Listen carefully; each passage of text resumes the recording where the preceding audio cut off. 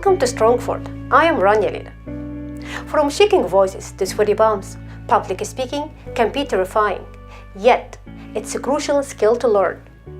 Speaking to public is not an easy matter.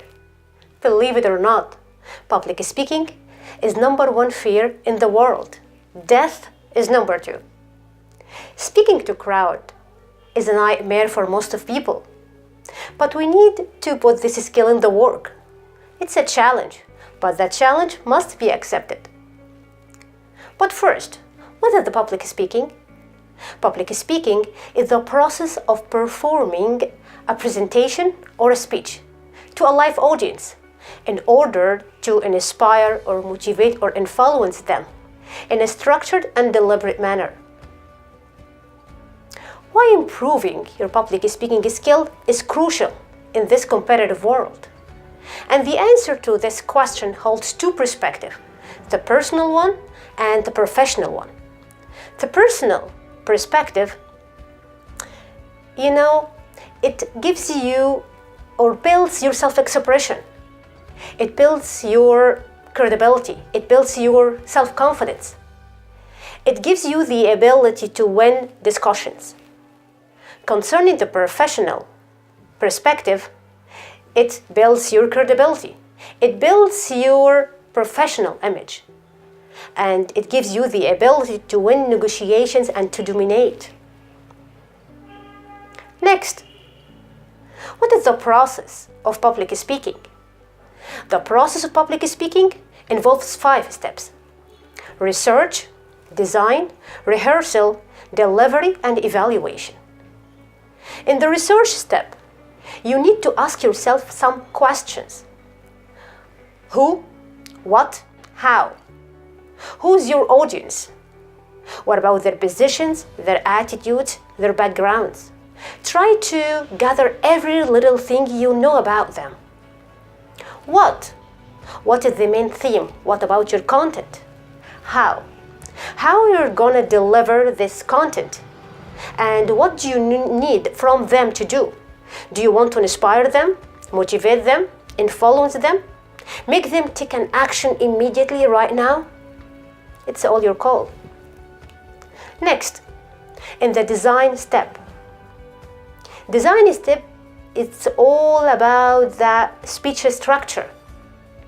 It includes 5 processes: the opening, the message, the evidence, and the closure.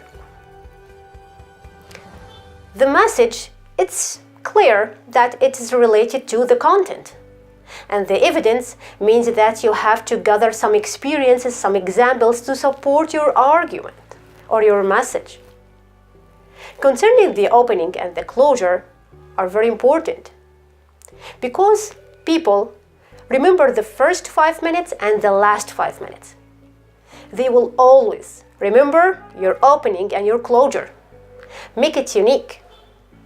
In the opening process, stay away from cliché statements like today's topic is, the title of this topic is. Try to make it different, unique. Grab the attention of your audience, like using a quote, question, or something valuable. Concerning the closure matters. Why? It is the last impression you will leave in your audience's mind. They will remember you. Every time they will see your face, every time they will read your name, they will remember your performance. And they don't forget. People don't forget. In your closure, you will summarize the main points of your content in a deliberate manner. After this, use a quote or question, something unique, something that triggers the emotions of your audience, something that they'd never forget about you. Try to make it perfect. Next, rehearsal. It's really important. You need to know your content really well, memorize it, and learn it by heart. Then rehearse it for maybe from 6 to 9 times at least. Gather your family members, your friends, and talk to them out loud. Deliver your content to them. Present to them. And see Try to evaluate yourself, like asking for feedback about your performance, your body language. Video record yourself to see yourself, like face expressions and your performance and your body language, your maybe the way you stand and all these things. You need to know about this in your rehearsal step. Next, delivery. There are some powerful tools to use in the delivery step. Like the power of storytelling. Don't underestimate the power of storytelling. People love stories. It's an art you need to master. Because stories always trigger the emotions of the audience. They always remind them with something from their backgrounds, some memories. They love stories. You can deliver your message smoothly, perfectly in a story. It's a powerful tool. The power of pauses. Pauses in your speech will give the impression that you are really confident. Like have a good personality. It's crucial. The power of body language. It goes without saying. It's really important. Maybe the most important step, the body language.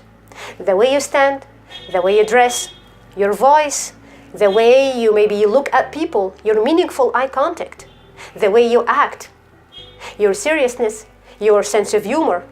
They are all great and, like important steps. The last step, the evaluation step. After ending your presentation or, your speech, you need to evaluate yourself. Watch your performance, watch your tapes, listen to your voice, your audios, and try to figure out about your weakness points.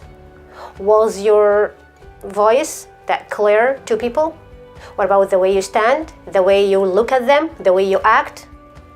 What about your content? You need to work on these areas. You need to improve yourself for upcoming chances, for next speeches or presentations. And it's okay to make mistakes. We all make mistakes. The most important thing to work on those mistakes and to learn the lessons from those mistakes. Improve yourself. And here's a quote just comes to my mind right now. It's for Winnie Burgraff. It says, "It takes 1 hour of preparation for each minute in presentation time." What does it mean? It basically means that you need to prepare yourself really well. Rehearse as many as you can. Rehearse for several times, million times. Know your content really well. Speak out loud. Record yourself. Talk in front of real audience, maybe like your family or some friends. You need to memorize it. Memorize your content. Learn it by heart. You need to do so.